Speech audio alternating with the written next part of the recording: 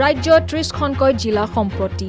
বানৰ কবলত খাদ্য পানীকে ধৰি সাহায্য সামগ্ৰীৰ নামত লাখ লাখ বান পীড়িতৰ কটাবলগীয়া হৈছে ভোক অনিদ্ৰাৰ লগতে ভৱিষ্যতৰ দুশ্চিন্তাত তেনে সময়তে মহাৰাষ্ট্ৰৰ ৰাজনীতিৰ সৈতে কোনো ধৰণৰ সম্পৰ্ক নথকা সত্ত্বেও গুৱাহাটীত মহাৰাষ্ট্ৰৰ চৰকাৰ সলনিৰ যুঁজখন চলাই থকা হৈছে কোটি কোটি টকা ব্যয় কৰি বিধায়কসকলক আশ্ৰয় লৈ থকা হোটেল ভাড়া তেওঁলোকক কৰিওৱা বিমানৰ ভাড়াৰ দাম শুনিলে চকু কপালত উঠিব আপোনাৰ হোটেল ৰেডিছন ব্লুত 70 টাকৈ কোঠালি বিধায়কসকলৰ ৰখাৰ বাবে এক সপ্তাহলৈ বুক কৰা হৈছে 7 দিনৰ বাবে হোটেলখন দিবলগীয়া ভাড়াৰ পৰিমাণ 56 লাখ টকা ইয়াৰ বাহিৰেও বিধায়কসকলৰ খোৱা বোৱাৰ উপৰিও হোটেলখনত দৈনিক ব্যয় হৈছে 8 লাখ টকা অৰ্থাৎ 7 দিনৰ বাবে খোৱা বোৱাত ব্যয় হ'ব 56 লাখ টকা ইয়াৰ ফলত এক সপ্তাহ থকা খোৱাৰ ব্যয় হ'লগৈ